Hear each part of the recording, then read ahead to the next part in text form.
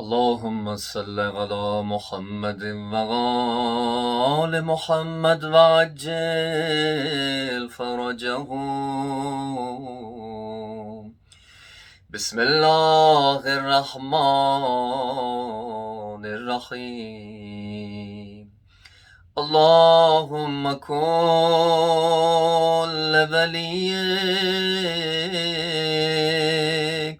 الحجة ابن الحسن صلواتك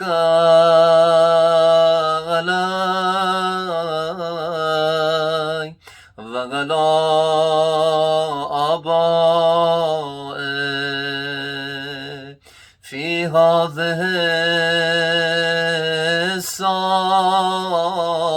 الساعة وفي كل ساعة وليا وحافظا وقائدا وناصرا ودليلا وعينا حتى تسكنه أرضك طوعا وتمتعه فيها طويلا برحمتك يا أرحم الراحمين. اللهم صل على محمد وآل محمد وعجل فرجهم. أعوذ بالله السميع العليم من الشيطان اللعين الرجيم. بسم الله الرحمن الرحيم. وبه نستعين وهو خير الناصر ومعين. نحمده ونستعينه ونستغفره ونشكره ونتوسل إليه ونتوكل عليه ونصلي ونسلم على خيرته في خلق حافظ سره ومبلغ رسالاته أشرف الأنبياء والمرسلين بالقاسم محمد. اللهم صل على محمد وآل محمد وصل على علي المرتضى وفاطمة الزهراء سيدة نساء العالمين والحسن الرضا والحسين المصفى وجميع الأوصياء مصابيح الدجى ومنار التقى وحبل المتين وصراط المستقيم سيما بقية الله في الأرضين روحي وأرواح العالمين لتراب مقدمه فدا ولعنة الله على أعدائهم أجمعين من آل إلى يوم الدين. رب اشرح لي صدري ويسر لي أمري واحلل عقدة من لساني يفقه قولي. أما بعد قال سبحانه وتعالى في كتابه المجيد وفرقانه الحميد إنا سمعنا قرآنا عجبا يهدي إلى الرشد. بارگاہ رب العزت سے طالب دعا ہوں کہ پروردگار انشاءاللہ آپ تمام دیکھنے والوں کے حاجات کو پروردگار عالم پورا فرمائے. اور اس وقت جو مومنین اور مومنات اس مجلس کو دیکھ رہے ہیں پروردگار اگر وہ مشکلات رکھتے ہیں بحق علی مشکل کشا سب کی مشکلات کو دور فرما. بار الہ منجی عالم بشریت امام زمان ارواحنا فدہ کے ظہور میں تعجیل فرما. اللہم صل علی محمد وآل محمد وعجل فرجہم. حضرات آج دوسری مجلس ہے اور ایام عزا ہے، ایام مصیبت دختر رسول خدا صدیقہ طاہرہ محدثہ حور الہنسیہ حضرت فاطمہ الزہرا سلام اللہ علیہا کے ایام مصیبت ہیں. حضرات پچھلی گزشتہ مجلس میں آپ کی خدمت میں عرض کیا تھا کہ انشاءاللہ ان 3 مجلسوں میں انشاءاللہ کچھ معروضات آپ کی خدمت میں عرض کروں گا. شخصیت حضرت زہرا سلام اللہ علیہا قرآن کی روشنی میں اور اسی طرح سیرت حضرت زہرا سلام اللہ علیہا کے عنوان سے کچھ مختصر معروضات انشاءاللہ آپ کی خدمت میں پیش کروں گا. جس طرح کہ آپ کو یاد ہو کہ گزشتہ رات جو ہے کل رات کی مجلس میں حضرت زہرا سلام اللہ علیہا کی شخصیت جو ہے وہ قرآن کی روشنی میں کچھ معروضات اس عنوان میں آپ کی خدمت میں معروضات عرض کیے میں نے، اور آپ کی خدمت میں عرض کی تھی میں نے کہ قرآن میں 2 ایسے سورے ہیں کہ جو مکمل جو دونوں سوروں میں وصف حضرت زہرا سلام اللہ علیہا بیان ہوا ہے. ایک سورہ قدر تھا اور دوسرا سورہ کوثر. کل رات کی گفتگو میں سورہ قدر کو مد نظر رکھتے ہوئے اور اس کے ساتھ قدر لیلۃ القدر حقیقی امام صادق علیہ السلام بیان فرماتے ہیں کہ جس سے مراد حضرت زہرا سلام اللہ علیہا ہے، تو اس عنوان پر جو ہے کچھ معروضات آپ کی خدمت میں عرض کی تھی میں نے. اسی طرح آج رات کی مجلس میں دوسرا جو سورہ ہے وہ سورہ کوثر ہے، اور جو وصف حضرت زہرا سلام اللہ علیہا میں نازل ہوا ہے. اس سے پہلے کہ سورہ کوثر کے بعد کے متعلق اور شخصیت حضرت زہرا سلام اللہ علیہا کو مد نظر رکھتے ہوئے کچھ معروضات اس سورہ کے بارے میں آپ کی خدمت میں عرض کروں. رسول خدا صلی اللہ علیہ وآلہ وسلم بیان فرماتے ہیں، من احب ابنتی فاطمہ، جو بھی میری بیٹی فاطمہ سے محبت کرتا ہے، فہو فی الجنہ معی، وہ شخص ہمارے ساتھ جنت میں ہوگا. اللہ اکبر. صرف رسول خدا صلی اللہ علیہ وآلہ وسلم نے یہ ارشاد نہیں فرمایا کہ وہ جنت میں ہوگا، بلکہ فرماتے ہیں ہمارے ساتھ وہ شخص جس کے دل میں محبت حضرت زہرا سلام اللہ علیہا ہو، وہ شخص ہمارے ساتھ جنت میں ہوگا. ومن ابغض ابنتی، اور اگر کسی انسان کسی شخص کے دل میں بغض فاطمہ سلام اللہ علیہا ہو، فہو فی النار، اس کی جگہ جو ہے وہ جہنم میں ہوگی. تو یہ رسول خدا صلی اللہ علیہ وآلہ وسلم حضرت زہرا کی عظمت کو بیان فرماتے ہیں کہ جو بھی میری بیٹی زہرا سے محبت کریں تو وہ شخص خوش قسمت ہوگا کہ اس کی جگہ جنت میں صرف نہیں ہوگی بلکہ جنت میں اس کی جگہ وہاں پر ہوگی جہاں پر خود رسول خدا صلی اللہ علیہ وآلہ وسلم تشریف فرما ہوں گے. قرآن مجید میں سب سے مختصر سورہ کون سا سورہ ہے؟ سورہ کوثر، جس میں وصف حضرت زہرا سلام اللہ علیہ اول سے لے کر آخر تک یہ سورہ وصف حضرت زہرا، شان حضرت زہرا سلام اللہ علیہ پہ یہ سورہ نازل ہوا ہے. مفسرین جو ہے شان نزول سورہ کوثر کے بارے میں مختلف تفسیر جو ہے وہ بیان فرماتے ہیں، لیکن جو مستند تفسیر ہے، مستند روایت ہے شان نزول سورہ کوثر، یہ بیان فرماتے ہیں مفسرین مؤرخین کہ عاص بن وائل جو ہے اکثر جو ہے یہ ملعون شخص رسول خدا صلی اللہ علیہ وآلہ وسلم کو طعنہ دیا کرتا تھا. اب دیکھیں ایک مرتبہ یہ ہے کہ انسان کسی کو نعوذ باللہ خدا نخواستہ اپنے ہاتھ سے جو ہے مخاطب کو نقصان پہنچ جاتا ہے، وہ زخم کچھ عرصے کے بعد جو ہے ٹھیک ہو جاتا ہے. بہرحال زخم زبان جو ہے کسی بھی عام مرہم سے جو ہے اس زخم کو بھرا نہیں جا سکتا ہے، اس قدر خطرناک ہے زخم زبان. لہٰذا روایات میں بھی جو ہے زخم زبان سے جو ہے پرہیز کرنے کو کہا گیا ہے کہ کسی کو زخم زبان سے، کہتے ہیں نا کہ زخم زبان جو ہے وہ شمشیر کی دار سے بھی جو ہے وہ زخم خطرناک ہوتا ہے. وائل ابن عاص جو ہے یہ ملعون شخص اکثر رسول خدا صلی اللہ علیہ وآلہ وسلم کو طعنہ دیا کرتا تھا. کیا طعنہ دیتا تھا کہ یہ رسول جو اپنے آپ کو رسول کہتا ہے، اس کی نسل تو قطع ہو چکی ہے، یہ ابتر ہے نعوذ باللہ، اس کی نسل یہاں پہ رک چکی ہے، اس کی نسل آگے نہیں بڑھ سکتی ہے. مختلف طریقوں سے مختلف طعنے دیا کرتا تھا یہ عاص ابن وائل ابن عاص. مختلف طریقوں سے زخم زبان کے ذریعے سے رسول خدا صلی اللہ علیہ وآلہ وسلم کو طعنہ دیا کرتا تھا. اللہ اکبر. وہ صبر کا پیکر رسول خدا صلی اللہ علیہ وآلہ وسلم، وہ مجسمہ اخلاق کس طرح حوصلہ کرتے تھے، کس طرح صبر و تحمل سے کام لیا کرتے تھے.